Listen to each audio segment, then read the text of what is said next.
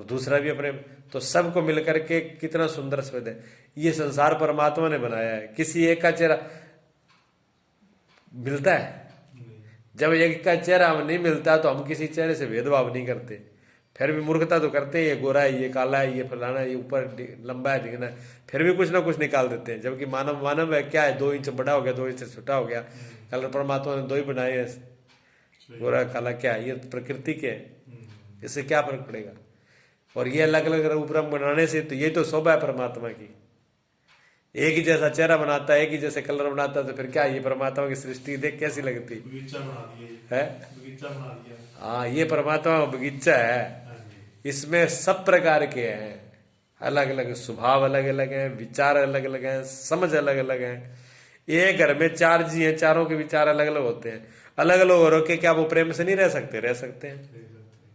सबका पहनना अलग तरीके का होगा, काम अलग तरीके का होगा, चारों व्यक्ति अलग अलग काम कर रहे हैं, चारों व्यक्तियों का काम अलग अलग है, रहने का ढंग अलग अलग है, साधन अलग अलग है, खाने में रुचि भी शायद थोड़ी बहुत अंतर होगा। सब कुछ होने के बावजूद भी वो सब लोग प्रेम से बैठ सकते हैं, हंस सकते हैं, खिल सकते हैं, एक ही घर में रह सकते हैं, सो क्या दिक्कत है? कोई दिक्कत नहीं है। तो पूरे समाज में भी तो रह सकते हैं हम, किसी भी जाति का हो, छोटा मोटा, किसी भी कोई भी हो, क्या वो सब एक साथ बैठ कर नहीं रह सकते? कर सकते हैं, लेकिन जान बूझ करके मनों के अंदर, बुद्धि के अंदर ये भ्रम ऊंच नीच का बिठाया जाता है। ये सब कुरीतियां हैं, ये राजनीति है तोड़ने की।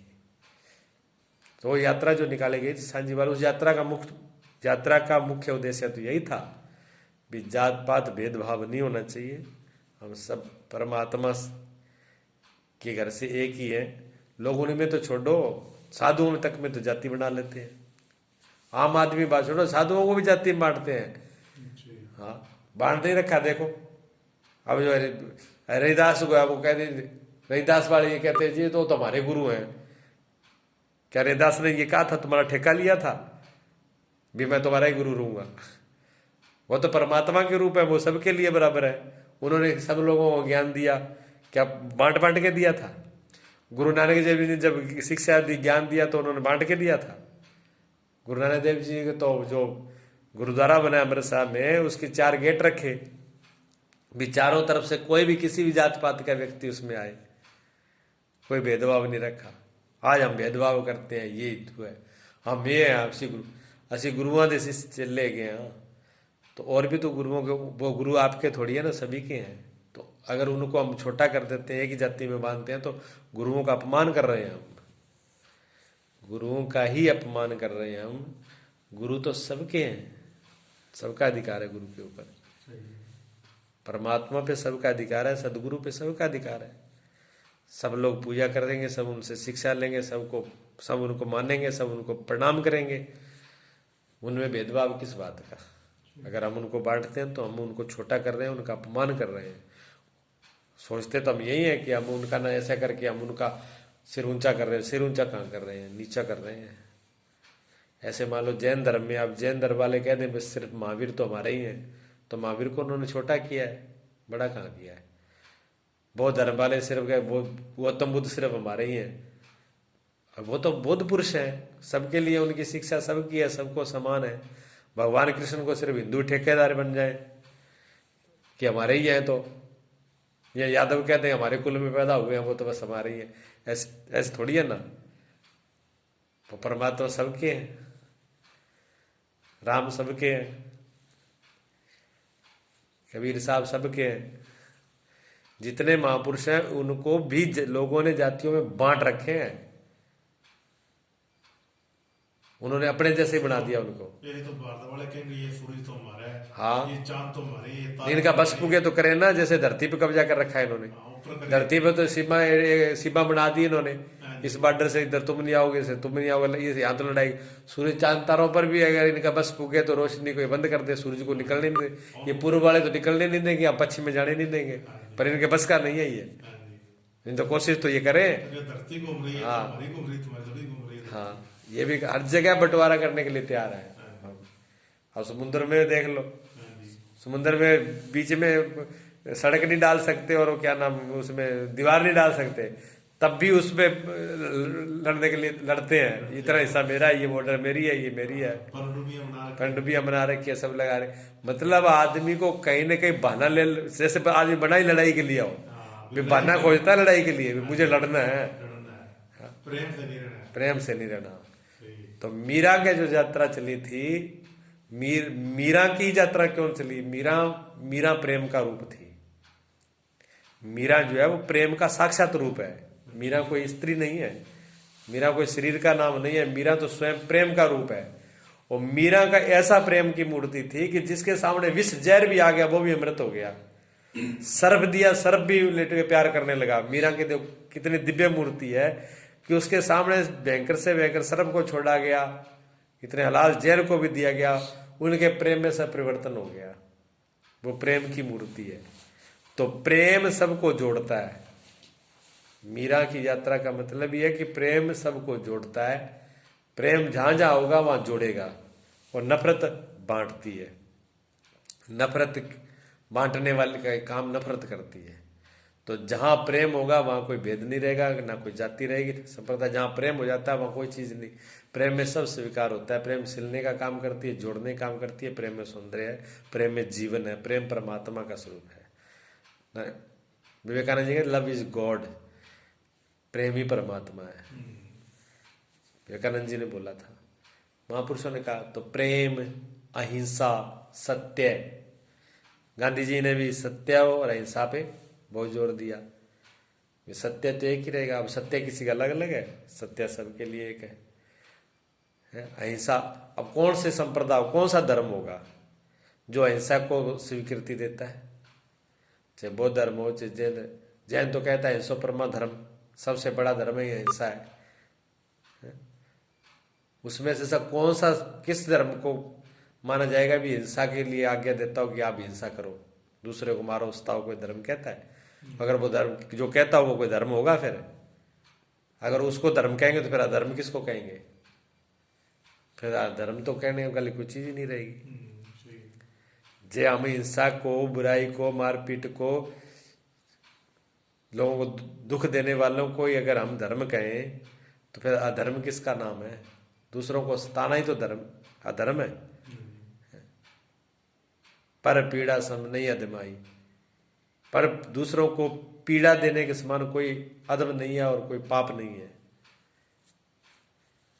तो दूसरे को कष्ट हो ऐसा हम उपाय करें, ऐसा हम कृत्य करें, तो फिर वो धर्म कहाँ रह गया?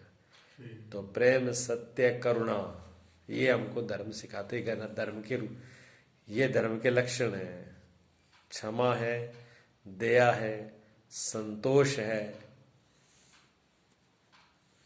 अपरिग्रह, अहिंसा, सत्य, प्रेम, ये करुणा। करुणा, गौतम बुद्ध का करुणा का अवतार, भगवान राम करुणा के अवतार माने जाते हैं। उनमें कितनी करुणा थी, उन्होंने सबको गले लगाया। भगवान राम ने तो जब विपदा आई तो देवताओं को तो आश्वासन दिया भी मैं आपका कार्य करूंगा, आप निश्चित हो जाओ, मैं आपका कार्य करूंगा। और मनुष्य का अवतार, मनुष्य रूप में खुद आए, मनुष्य को सम्मान दिया। लेकिन जब जंगल में गए तो जंगली जो थे, बील थे, उनको उन्होंने अपने गले से लगाया, प्रेम दिया। प्रेम सबसे, जिनको लोग, जिनके पास रह करके खुश नहीं है, जो मनुष्य भी जिनको साथ व्यवहार करके खुश नहीं, भगवान राम ने उनको गले से लगाया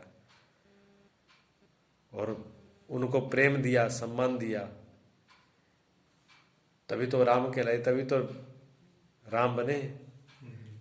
अपने से कोई किसी को ऊंच नीच करे, छोटा बड़ा करे, वो महान कैसे हो सकता है? वो महान नहीं हो सकता। महान तो वही है जो सबका सम्मान करे, सबको प्रेम करे, सबको एक परमात्मा का रूप ही समझे, वो महान होता है।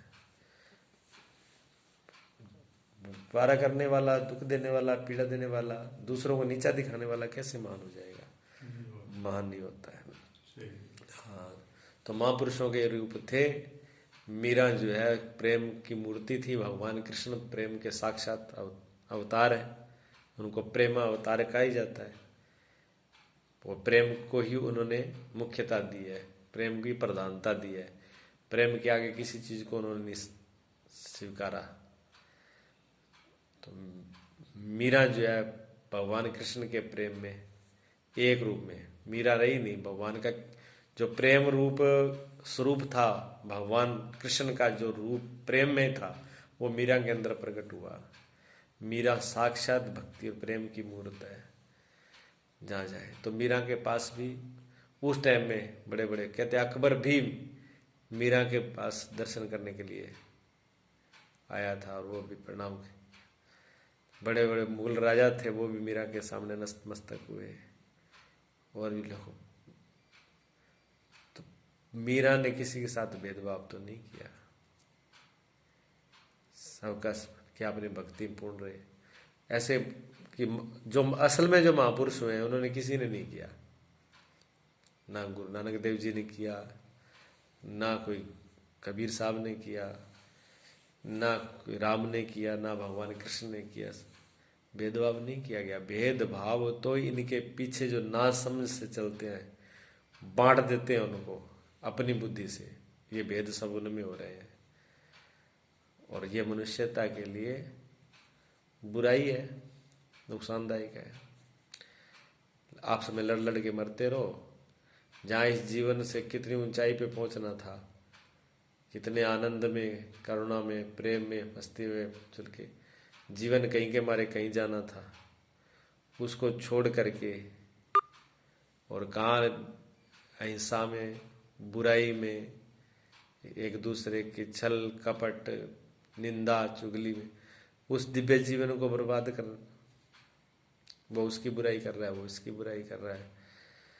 ऐसे ही चल रहा है। ईर्ष्या में क्या, एक दूसरे को नीचा दिखाने में कितनी ऊर्जा खत्म कर रहे हैं, कितना जीवन, कितना श्वास, कितना समय मिलता, कुछ भी नहीं है। स्वयं का नहीं देते, स्वयं को नहीं देते भी हम अपने आप के जीवन को ऊपर उठा लें नीचे। हाँ, अकबर ने, कहते अकबर ने जो है वो एक दीवार पर लीक खींच दी थी। उसने कहा कि इस लीक को छोटा करना है बिना किसी हाथ लगाए, कोई इसको मिटाएगा नहीं, इस पे हाथ लगाएगा नहीं, इसको छुएगा नहीं, और इस लकीर को छोटा करना है। पूरी कचहरी के अंदर कोई नहीं कर पाया। बिरबल को कहा गया, बिरबल ने कहा कि हाँ, बिना हाथ छुए, बिना किए भी हम इसको कर देंगे।